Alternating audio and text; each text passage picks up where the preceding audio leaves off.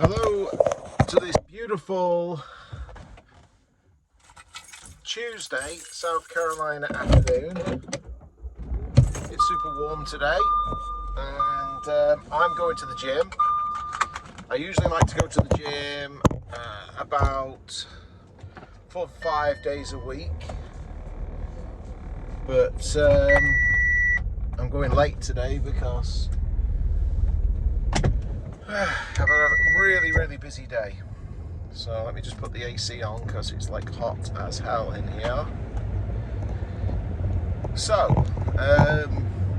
what I've been thinking what I would do today is I would tell a story of my past, and some of it you might find interesting.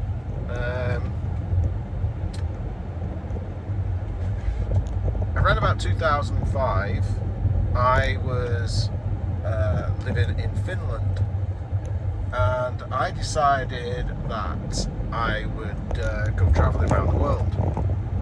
So I put my house up for rent and I put all my belongings in storage, and I flew to San Diego, California. Now, that was my first time in America, never been here before, and didn't really know much about the place, but it was all my sort of big adventure of the time. So flew to San Diego and I met up with a friend there. I'm just trying to adjust this camera so I don't know why I'm getting so much backlight there. Maybe I should just hold it. So I saw my friend there. I'm trying to think of his name.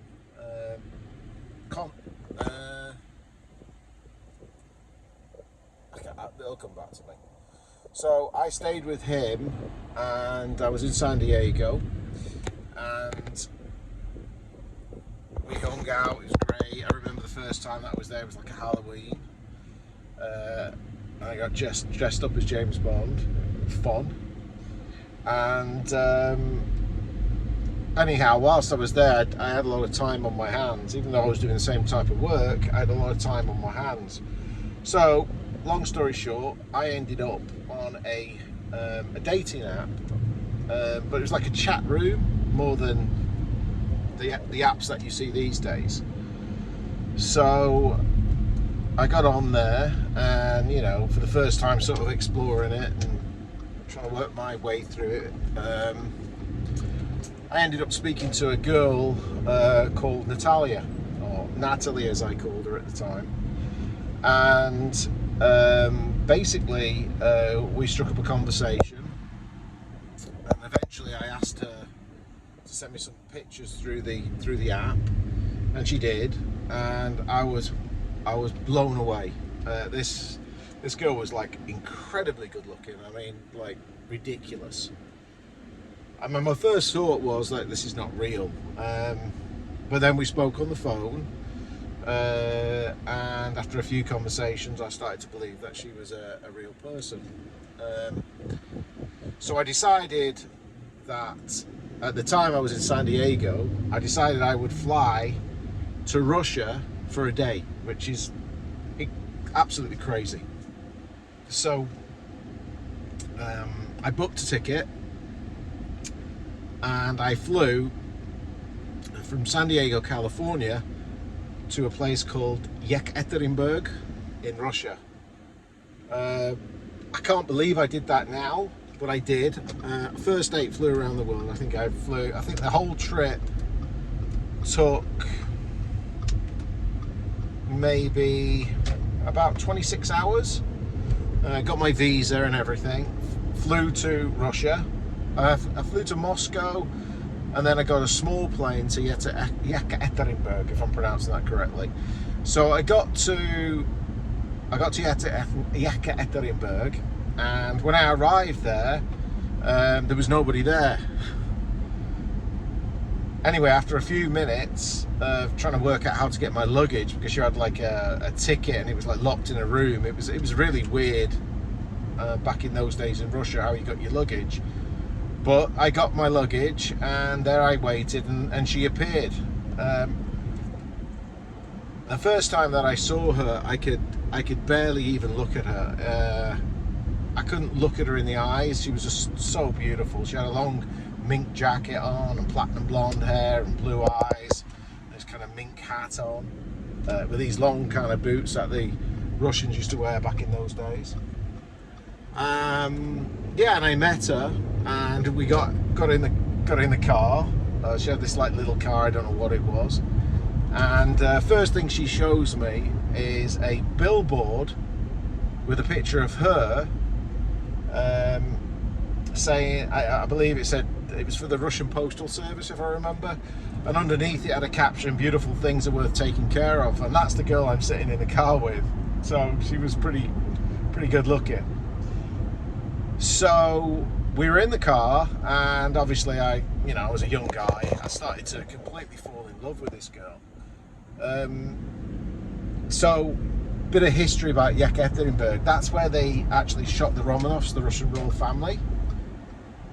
So, I'm kind of interested in history. So, I ended up going to the building where they shot the Romanovs. That's the Russian royal family. And we went from place to place to place. It was really interesting. Just seeing the Russian culture and how things are really different there. What was really crazy at the time, she kept on getting these phone calls, like constantly. And I asked her who keeps calling you? And she explained it was a guy who owned some factories there, and he was in love with her and he wanted to be with her. Just a bit of story about her. Her father was a general commissar in Russia. So that's kind of a high-ranking general. So, I mean, I'll come to why I'm mentioning that in a little bit. So, okay, we're on this whirlwind romance in Russia, and I'm like falling head over heels with her. And all of a sudden, this guy's just calling constantly. So I decided that I would grab the phone and take the phone off her, and kind of like, who the F is this ringing? And I kind of lost my temper over the phone, and she went super pale, and she ran out of the apartment that we'd rented, and she just ran out and left me there. Now, I don't know if it's different in Russia now, but at the time, nobody in Russia spoke English. They didn't even know yes, no, hello, airport, nothing. And she left for about 7 hours. And I was like, how am I gonna get a plane out of here? I'm even gonna get my ticket, because I hadn't even booked a ticket out. Anyhow, she turns up in the evening with one of her father's soldiers in full military Russian outfit with a Kalashnikov machine gun. Anyhow, she turns up with this guy, or this soldier rather, and my first question was, why did you run out like that? Why did you just leave like this? And she looked at me and she said to me, I told you that he owns factories. And I'm like, well, okay, he's just a businessman. What does that mean? And she tells me that, no, in Russia that means that basically at that time, this guy was the head of the mafia in that particular area. I mean, the mafia. So I'm like, okay, I'm screwed. I'm in Russia. I just told the head of the mafia in that area to go F himself, and I can't get out of Yekaterinburg. So she said, we're going to put you in another hotel and we're going to use a different name for you. So I'm like, right, okay. So we drive like by darkness to this other hotel, and her father, who's a general commissar, he got me into that hotel with a different name. So there I am in Russia with this girl I just met, and I insulted a mafia guy, and I've got a different name in a hotel, and I'm just thinking that I'm going to get killed. So, okay, fair enough. So I'm in the hotel, I got my chair against the door, I looked out the window, and it was like middle of winter at the time, and it was all icy on the drain pipe. I thought, there's no way for me to escape if somebody does come in and just shoot me or something. I mean, maybe my imagination was going over the top, but I was certainly, I was like pretty young, so I was quite frightened for obvious reasons. Long story short, obviously nothing happened, got on the plane, and I flew back to America, and that relationship with her at that time was kind of, I don't know, put on the side or something. Obviously it was a little bit of a crazy situation, so I was just like not trying to think about it because I was a bit worried about the mafia thing and so on. So got back to America. I went for a quick visit in England, got back to America, and I'm in Asheville, North Carolina. So I'm spending some time there and just traveling again, back to my sort of traveling around the world thing. And we got contact, we were talking and everything else after a month. Anyway, I made contact to Natalie and asked her, where are you? By this time, she'd left Russia, which I don't know why, but she was in Malta in a place called St Julian's, studying language.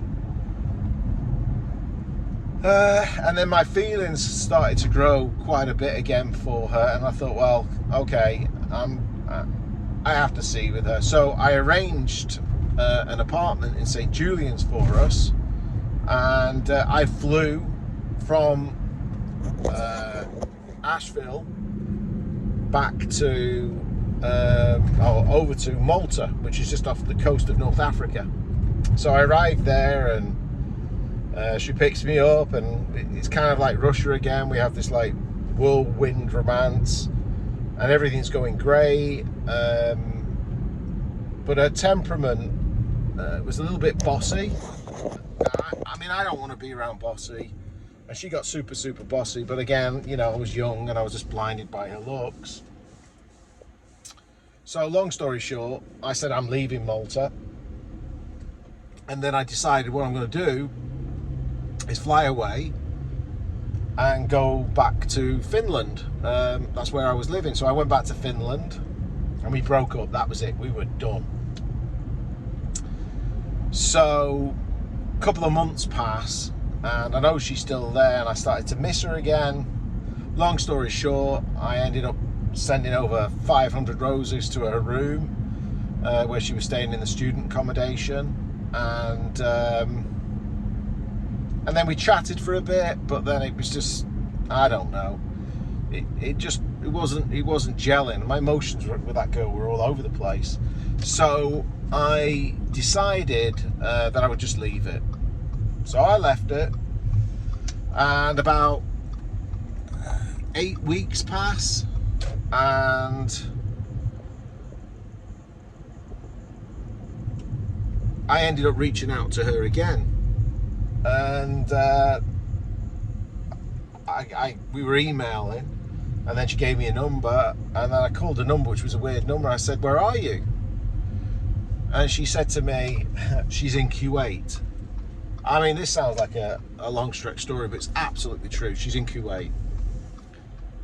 So okay, why are you in Kuwait? And she said, well, she met a guy in Egypt, a US soldier, and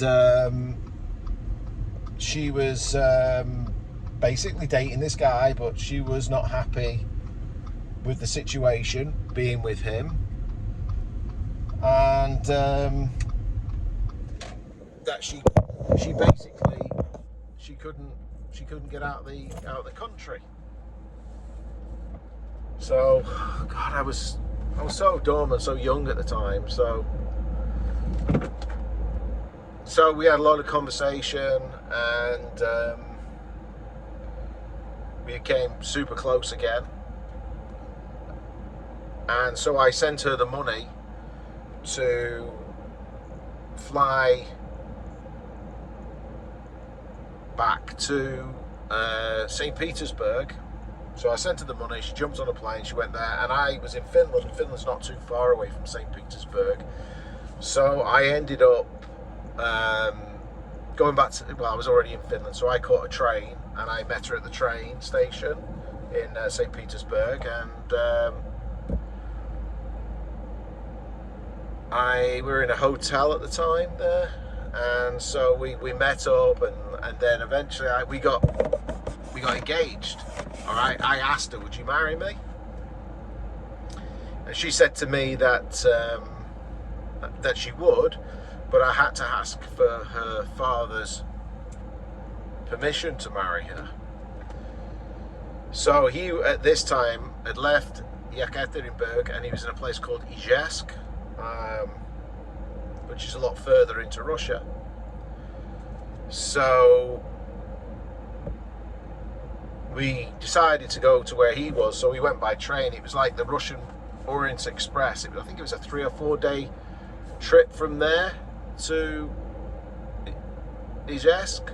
It was one of these trains, and we used to, you know, we had our own cabin, and we went for lunch, we went for dinner on there, and the guy knocked on the door with one of these glass cups, and like a, I don't know what they're called, some kind of Russian cup that's traditional there, and he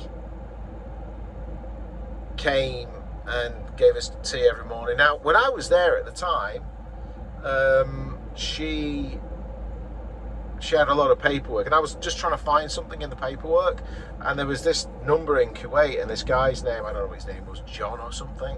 So I just made a note, and I put it on one of my diaries that I was using for work, and just kind of forgot about it. Anyway, we get to, I mean, just that trip was amazing, because we stopped in these like little places, a little bit like, you know, Borat. The villages were like buildings that were like almost, they looked like they were like 400 or 500 years old, and it was snowing. You had these babushkas with these kind of like black lace headscarves. It was weird. It was like being back in time. But anyway, we arrived in Izhevsk, and we got a place there, and I met her father, who I have to say I was a little bit frightened of, because he became a general commissar in Chechnya. So he was a pretty intense guy, and I don't think he liked me very much. And so I asked him, could I marry his daughter? And he said, well, pretty much, you know, if you want to marry my daughter, it is up to her, it is her decision. So well, I guess that was a yes. So we decided that we're going to get married, and so I then jumped on a plane after that and flew back to Finland, and we decided to arrange the wedding. Now, the wedding was in St Petersburg, St Peter the Great's Cathedral. So we prepared for that for summertime. I flew back to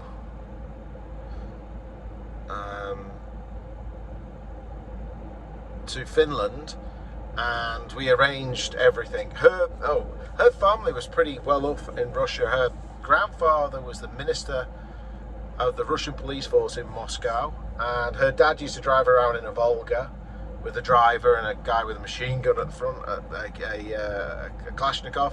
And her grandfather actually went, I'm diversifying from the story now, but when we was in Izhevsk, her grandfather actually was personal friends with Kalashnikov, who created the submachine gun, and we got personal private tours of the Kalashnikov Museum, and I actually met Kalashnikov, who is a Russian hero, and I mean, he didn't speak English, but I met him.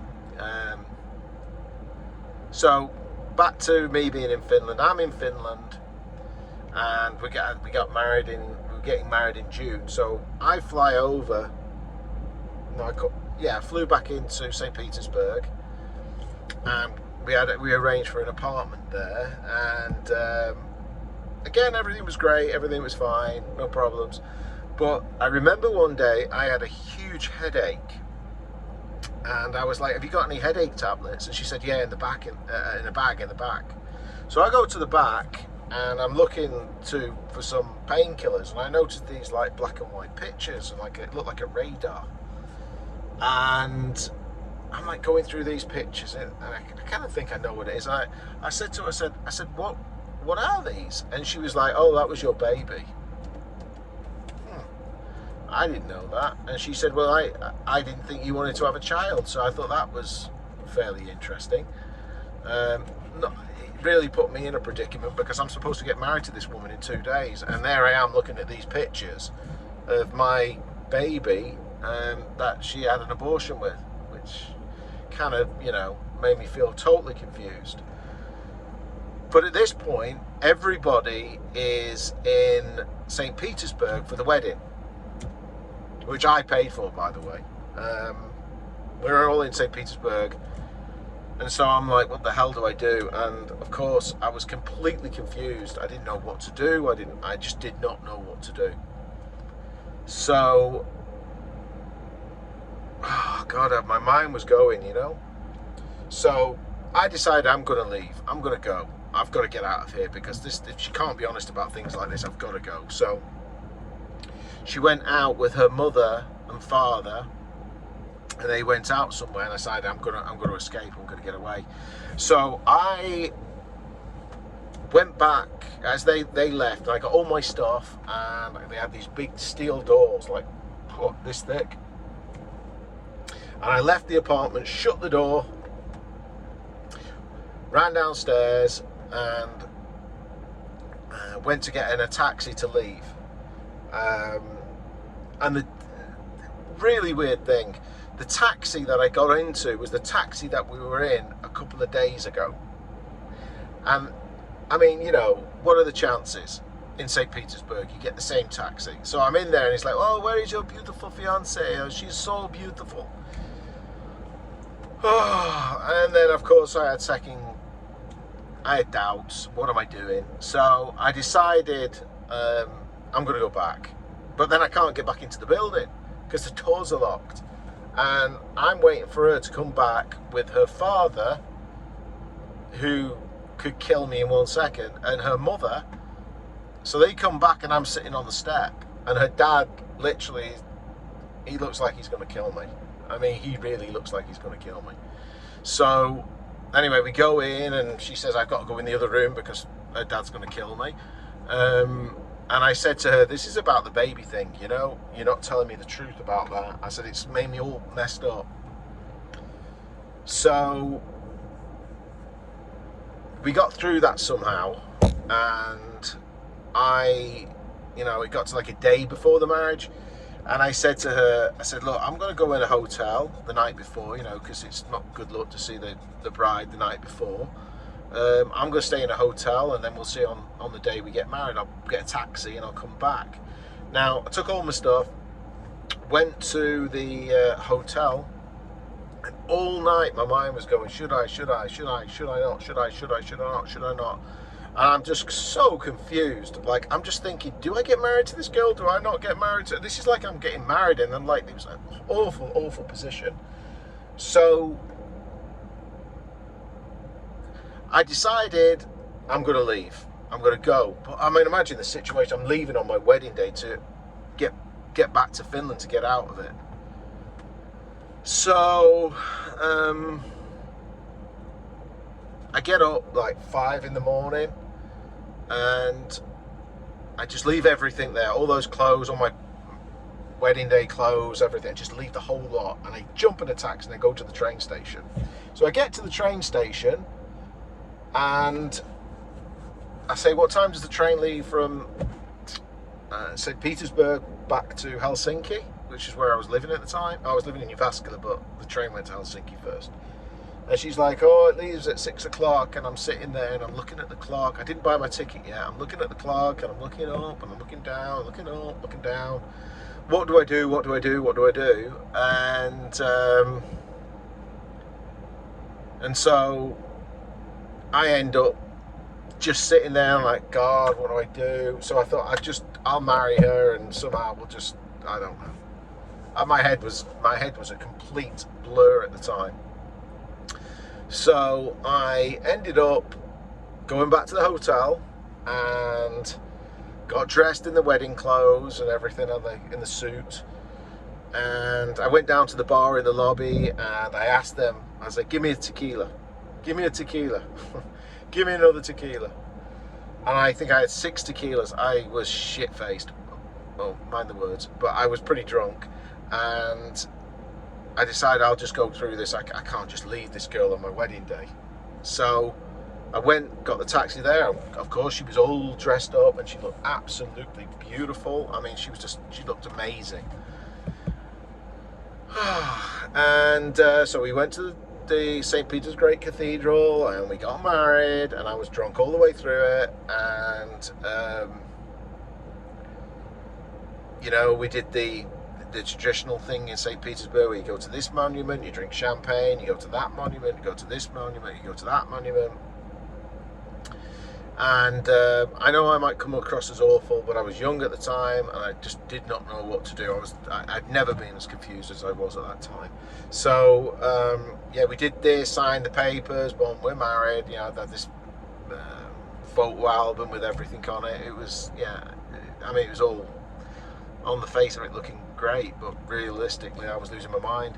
So evening comes and nothing happens, and the following morning, 5 o'clock, boom, I left. On the first day I was married.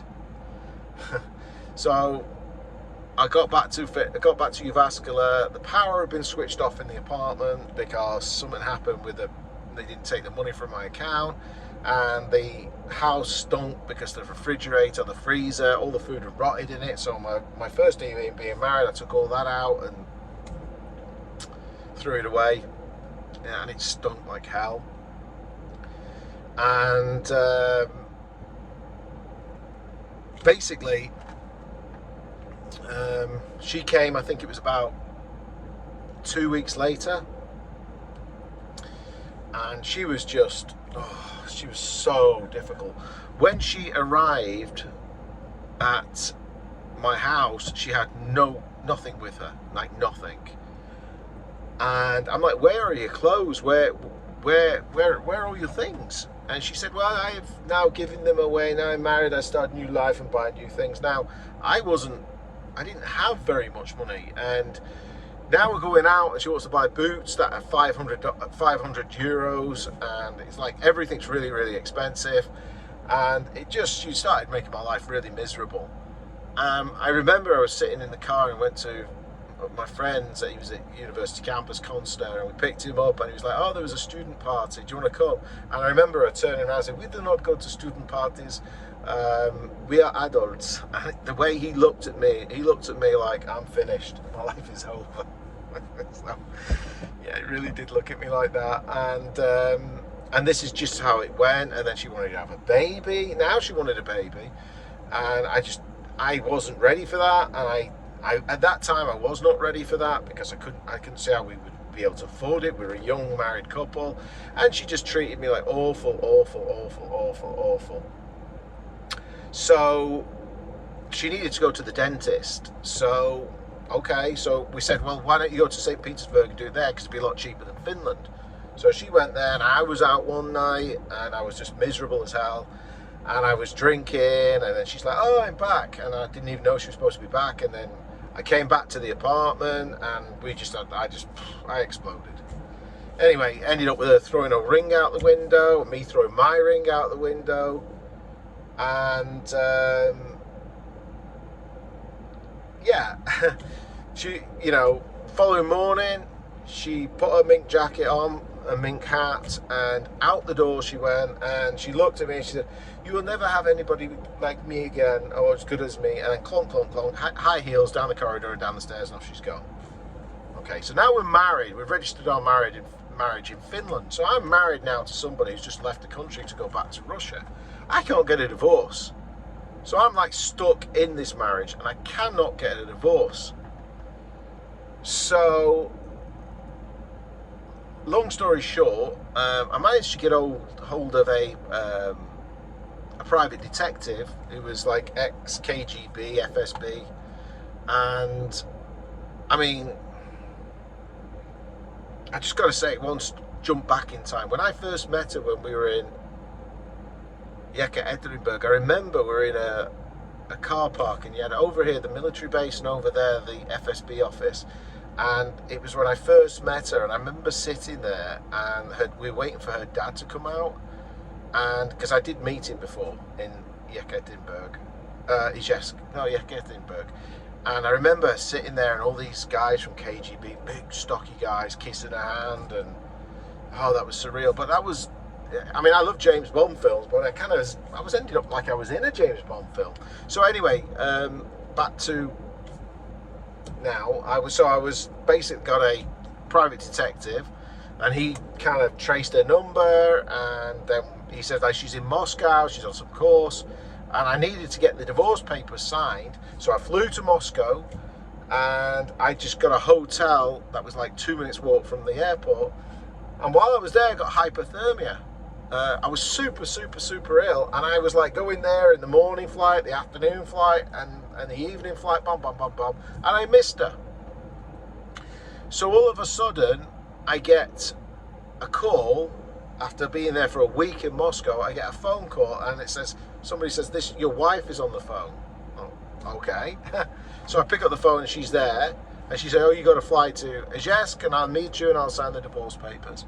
So anyhow, I fly there after I got over this illness.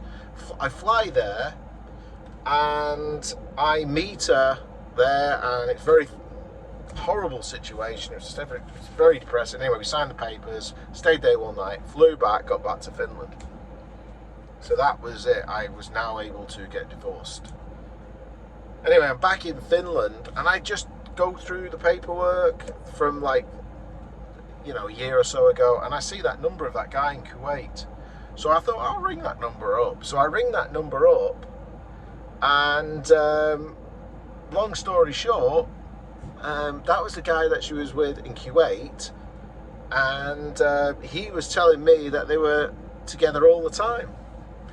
And I told him about the abortion, and he seemed to think it could possibly be his. But anyway, he left me with every dog has its day, and he was going to communicate with her and put her in her place. So that was the last time I spoke to him.